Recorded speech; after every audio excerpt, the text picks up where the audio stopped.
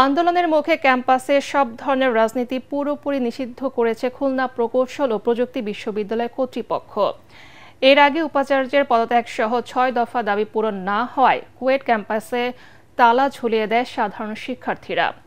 অপরদিকে ছাত্রদলের কেন্দ্রীয় কমিটির নেতারা ব্রিফিংয়ে দাবি করেছেন নিষিদ্ধ ছাত্র সংগঠন ছাত্রলীগ ও শিবির বৈষম্য বিরোধী ছাত্র আন্দোলনের মিছিলে হামলা করে।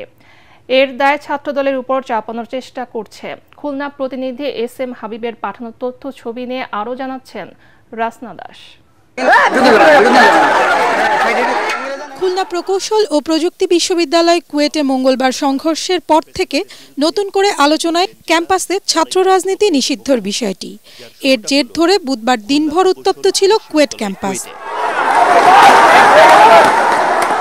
বিশ্ববিদ্যালয়ের উপাচার্য, উপ উপাচার্য ও ছাত্র সংসদের পরিচালকের পদত্যাগ সহ ৬ দফা দাবি পূরণের আলটিমেটাম শেষে দুপুরে একাডেমিক ও প্রশাসনিক ভবন সহ সব ভবনে তালা ঝুলিয়ে দেন ছাত্রছাত্রীরা। এ সময় একাডেমিক ভবনের সামনে বিক্ষোভ করেন তারা। নতুন ভিসি নিয়োগ না হওয়া পর্যন্ত ক্লাসে না ফেরার ঘোষণা দিয়েছেন শিক্ষার্থীরা। আমরা হল ছেড়ে যাচ্ছি না এই শর্তে, কারণ আমরা চাই কালকে ভিসি স্যার নিয়োগ হয়ে যায়, আমরা পরের দিন থেকে ক্লাস করব। বসুন্ধরা ডায়াপেন্ট এখন আরো উন্নত। এই হট এয়ার থ্রো টপশিট দ্রুত শোষণ করে সোনামণিকে দেয় কোমল অনুভূতি। পরে জরুরি সিন্ডিকেট সভায় কুয়েটের একাডেমিক কার্যক্রম ২৮ ফেব্রুয়ারি পর্যন্ত স্থগিত করে বিশ্ববিদ্যালয় কর্তৃপক্ষ।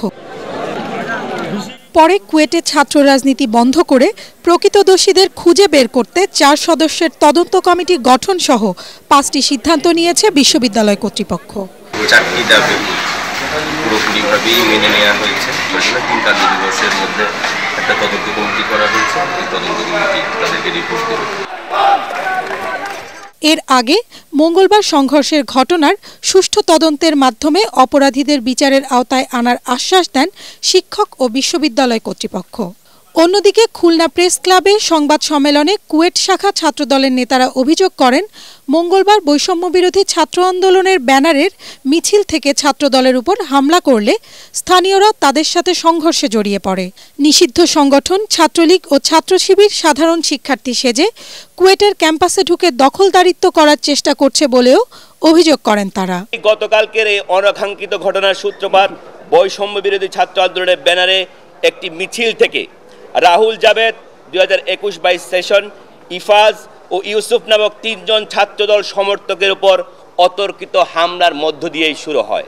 ভুক্তভোগীদের বয়ান অনুযায়ী তাদেরকে ধাওয়া দিয়ে ও মারধর করে কুয়েট গেটের বাইরে নিয়ে যাওয়া হয় এবং গেটের কাছে একটি দোকানে আশ্রয় নিলে সেই দোকানদারকেও হেনস্থা করা হয়।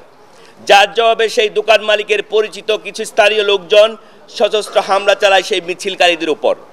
দফায় দফায় ধাওয়া পাল্টা ধাওয়া চলে, কুয়েটের গেট হয়ে ওঠে এক রণক্ষেত্র।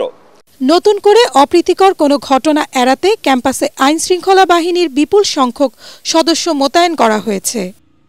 রাসনা দাস, ATN বাংলা।